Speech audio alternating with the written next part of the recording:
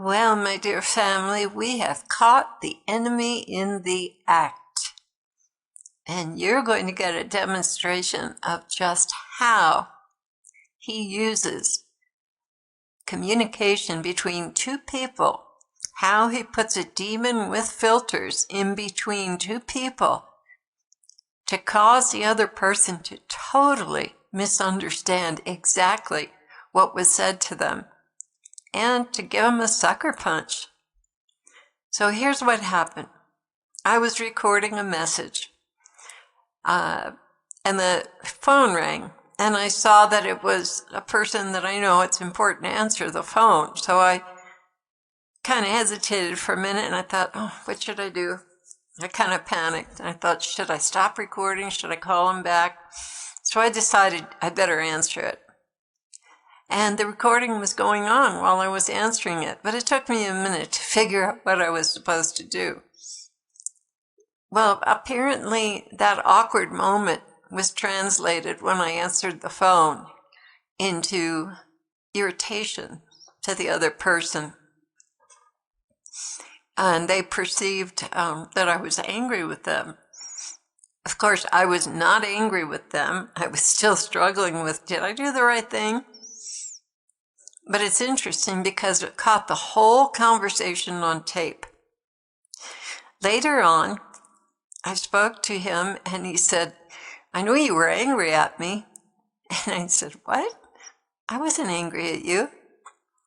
Well, I know you were angry at me. And so I said, wait a minute. I have recorded this whole conversation. When you called, I still have it. I didn't delete it. I want you to listen to this and tell me if you still think I was angry at you when I answered the phone. So that's how this conversation ensued. And I'd really like you to hang on to this one because this is the devil's tactic with everyone. So this was the phone call. Hey, I hate to bother you guys. Did you pick up a yellow and black light from the first night we were stuck and a piece of metal with a pulley? They were left right by the stuck zone and they've completely vanished. No, but I would call Brother Leo and find out if he picked him up and set him aside. Now, I was just a little concerned because I didn't hear that he had gotten that communication. So I said to him, if that's okay, Mike, I'm recording a message right now. Now, I didn't hear an answer from him, so I didn't know if it was okay or not. But I just went ahead back to the recording.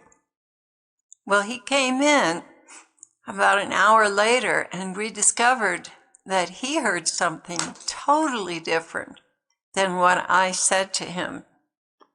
I could tell from his voice and what he said that I was angry with him, that something wasn't translated right, because I was not angry with him.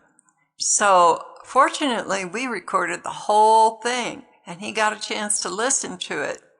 And after he listened to the conversation, he said, I have no idea how I got the impression that you were angry at me.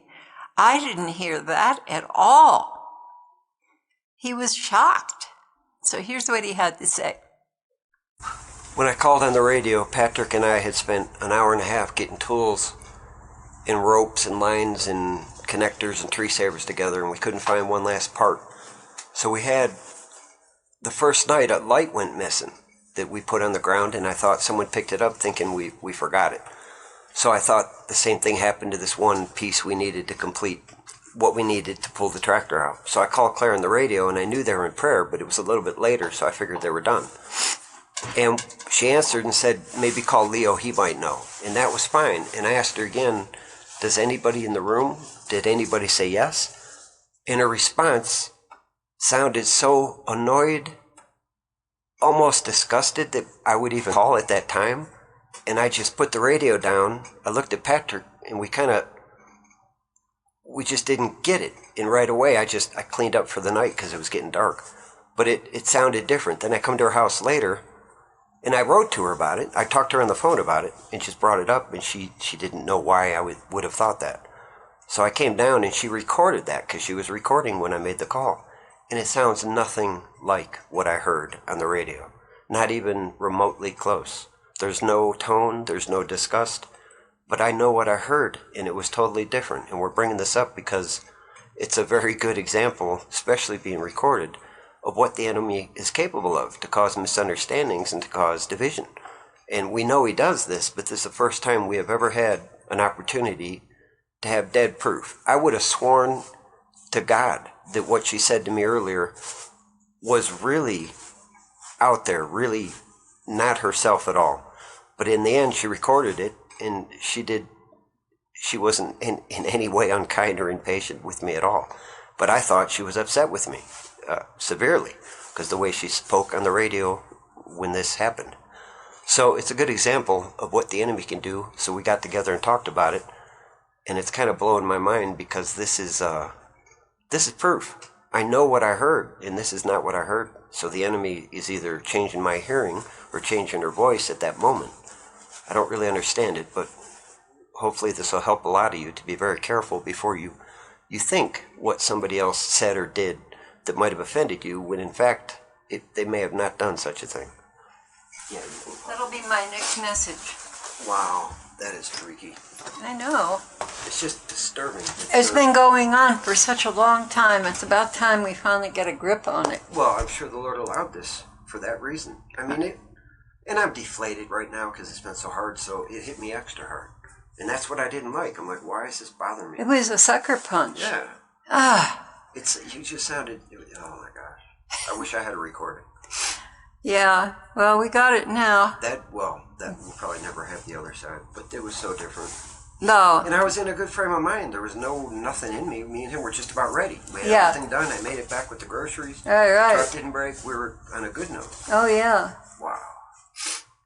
That's amazing. Yeah, that's scary. Okay, sweetheart. Let me give you a hug. I'm going to take the books. Okay. All right. Oh, I'll show you where to put them, okay? Oh, okay. Well, just as a side note on all of this, if you ever decide to live at 9,000 feet in the remote wilderness, you better have a mechanic on board. First, he got the car stuck, which is kind of like a truck, because the way it's modified it. Because it's a spring thaw, and it turns to squishy mud here when there's a spring thaw, and it's gushing down the mountain. And the mud gets very plastic, and you just sink in it. So first he got his car stuck, and then he got the tractor to pull the car out, and the tractor got stuck. Oh, joy. So this had been going on for like 3 days, and it was quite an ordeal. We learned a lot, though, in the midst of it.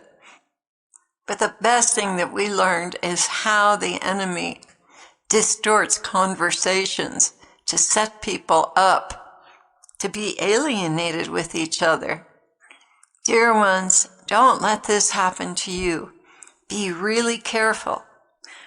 In one note, Mike and I have been friends for a long time, and all through that time, he's always said, yeah, I know you were mad at me. And most of the time that wasn't true. He's found out when I'm angry, he'll know it. It's not anything like that kind of a mild reply. I get pretty upset. And I've only gotten angry, I think, maybe a couple of times. But the thing is, he interprets things as though I am put out with him and angry with him.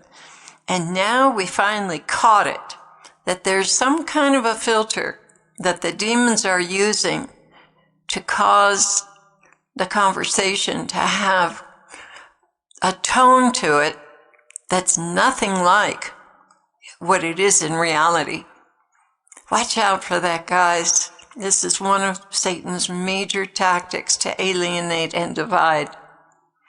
God bless you, family.